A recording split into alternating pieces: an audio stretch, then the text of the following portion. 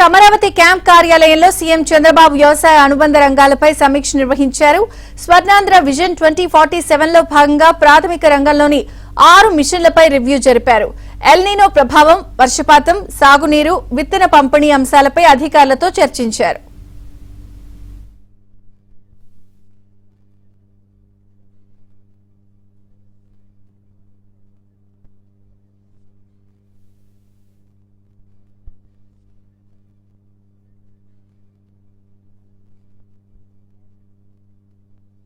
ప్రాథమిక రంగంలోని 6 మిషన్లపై రివ్యూ జరిపారు. ఎల్నినో ప్రభావం, వర్షపాతం, సాగునీరు, విత్తన పంపిణీ అంశాలపై అధికారులతో చర్చించారు.